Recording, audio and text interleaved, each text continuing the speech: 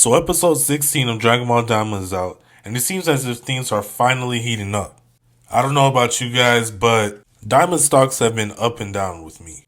I think for me, the biggest issue has definitely been pacing. Like, don't get me wrong, I've definitely enjoyed a lot of things, but I feel like this story really could have already been resolved already. We have gotten some cool moments like Super Saiyan 3 Vegeta, Goku versus the Tamagami, and much more. So there definitely has been a lot of ups about Daima, and I think based off of this episode, we're going to get a lot more, especially with the transformation of Gomah, which to me looks pretty promising. And honestly, that's the cool thing about Dragon Ball Daima. We've gotten a lot of callbacks to previous moments in multiple different series, a lot of which are done in pretty clever ways. However, in episode 16, something happened that really caught my eye.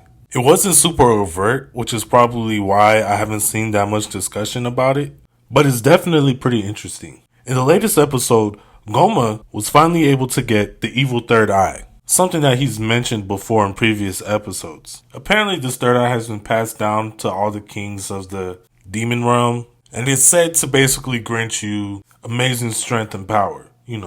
Nothing too complicated there, pretty basic power up. And Gomah just got it. And by attaching it to himself, he is now transformed. And I gotta say, he does look pretty cool. I mean, he is absolutely jacked now. But upon first seeing this transformation, there was something very familiar about it. Something that I couldn't quite put my fingers on. And then it hit me.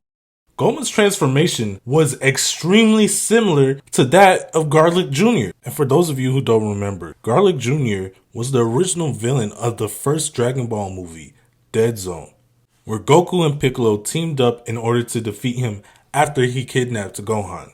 He also had his own filler arc in Z, where once again, Gohan, Piccolo, and Krillin had to work together to defeat him after he poisoned the earth with the black water mist. And in both of his appearances, he was sent back to the Dead Zone. But yeah, the similarities between these two start to become more apparent the more you think about it. With the biggest one, of course, being their transformations, as both of them are pretty short and small, but they end up transforming to these huge hulking forms, which makes them extremely powerful. There's also some Emperor Pilaf in there, which makes sense as Garlic Jr. is basically a darker take on Emperor Pilaf, and Gomah is presumably just a continuation of that. But yeah, like I said, Daima has been a very interesting experience so far. It's definitely had its ups and downs, and I am pretty curious to see what's going to transpire in the next coming episodes. I have enjoyed all the callbacks to previous series and stuff like that. I mean, even in the latest episode, we got a callback to the Ginyu Force with the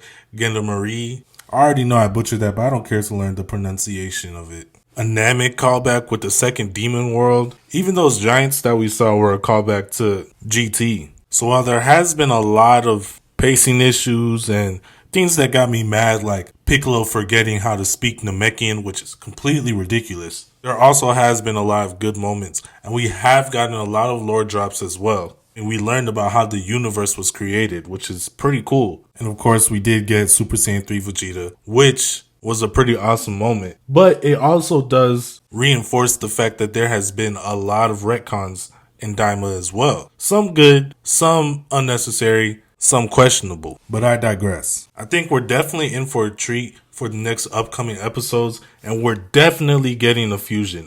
The fact that Vegeta was willing to eat one of those bugs in order to get his strength back already tells me that bro is going to do the same thing in order to fuse with Goku. So I'm excited for that, excited to see what we'll see, and I can't wait for it. Something else that I also wanted to add is, with there only being a couple episodes left of Daima, are we still getting Gohan? I don't think it's very likely at this point, which is pretty crazy. A series where we don't get Gohan at all? Like, this is pretty unheard of. Obviously, he wasn't present in Dragon Ball, but he didn't even exist back then. But still, it's kind of crazy that we haven't gotten anything from him. I'm not really sure why in recent Dragon Ball, Gohan is always being gatekeeped. Like, obviously we got him in Super Hero, but why wasn't he in Broly? Where is he now? Like, I don't know, man, but it's just pretty crazy to me. Maybe we might get him, but at this point, I highly doubt it. But it is what it is, I guess. So let me know what you guys think about Daima. I want to get the general consensus of the series and stuff. So you guys let me know in the comment section what you guys think of Daima. What are your thoughts on it? I would love to hear from you guys. With all that being said, make sure to subscribe to the channel, like this video, and check out some of the other videos that I have on this channel.